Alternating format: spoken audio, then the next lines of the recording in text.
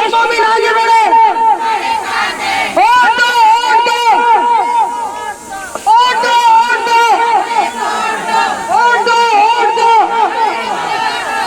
राहुल गांधी आगे चलो, राहुल गांधी आगे बढ़ो,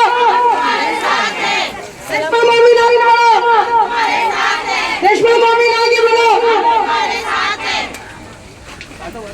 पंजाब को, पंजाब को, पंजाब को, पंजाब को।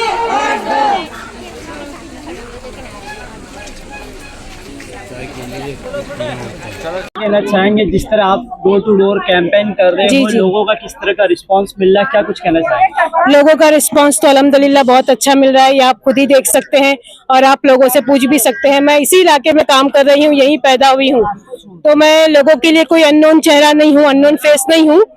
मैं लोगों में मेरा चेहरा जाना पहचाना है और मैं यहीं की बेटी हूँ, तो लोग अपनी बेटी का साथ तो देंगे ही ना। जिस तरह आपके वार्ड में 170 में कई समस्याएं हैं, हाँ। किन मुद्दे पे आप काम करोगे अगर जीत करके आते हो?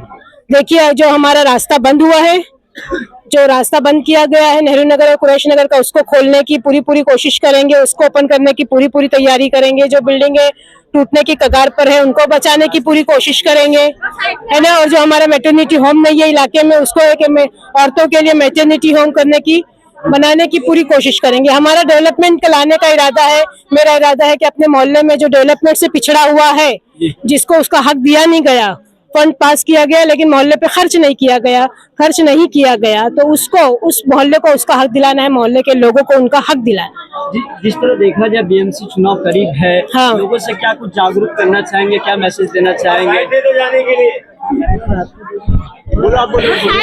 मैं आवाम से यही कहूंगी कि मैं अपने लोगों से यही कहना चाहूंगी कि देखिए, हमेशा हमने बाहर वालों को सपोर्ट किया है और उनको आगे बढ़ाया और वो कहाँ पहुंच गए। किसी महल में पहुंचने वाले को नहीं मालूम है कि झोपड़े में रहने वाला किस तकलीफ से गुजरता है।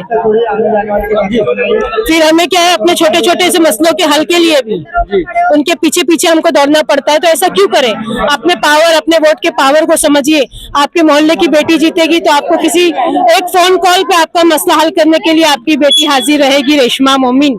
तो अपने वोट की अहमियत समझिए, बीजेपी का साथ मत दीजिए, कांग्रेस का सपोर्ट करिए, क्योंकि कांग्रेस का जब तक दौर रहा मुसलमान सुकून में रहे, और जब बीजेपी आई मुसलमानों पे बड़ी आफतें आई और आती रहेगी। अगर हमने आंख, अपने दिल और जहन से अपने दिल की आवाज नहीं सुनी, है ना, दिल और दिमाग का इस्तेमाल करते हुए अपने वोट का इस्तेमाल करो। किसी की बात में, किसी बहकावे में, किसी भी लालच में आकर अपने मोहल्ले की तरक्की का सौदा मेहरबानी करके मत करिए।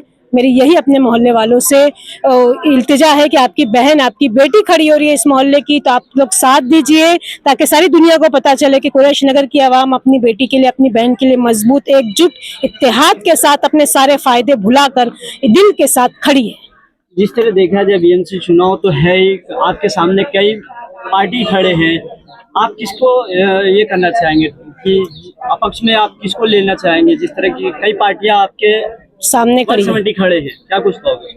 मैं किसी भी पार्टी के बारे में कुछ नहीं कहना चाहूंगी। हर एक को इस मैदान में आने का, लड़ने का हक है। बस अवाम का ही, सबसे अहम अवाम है जो तकलीफ से गुजर रही है। और मैं भी यहीं पैदा हुई हूँ, यहीं पली बड़ी हूँ। मैंने भी कचरों का ढेर देखा है, गले चाली में बहती हुई नालियां देखी है, रमजान में अपने भाइयों को वजू के परेशान हाल होते हुए गंदी सड़क से गुजरते देखा है। तो मैं तो यहीं पे रही हूँ ना, तो जब मैं यहाँ के मसाइल से वाकिफ हूँ, तो ये आवाम का ही फैसला होगा कि किसे चुनना जाना चाहिए, जो यहाँ का है, जो अपने घर का है, जो सारे मसाइल जानता है।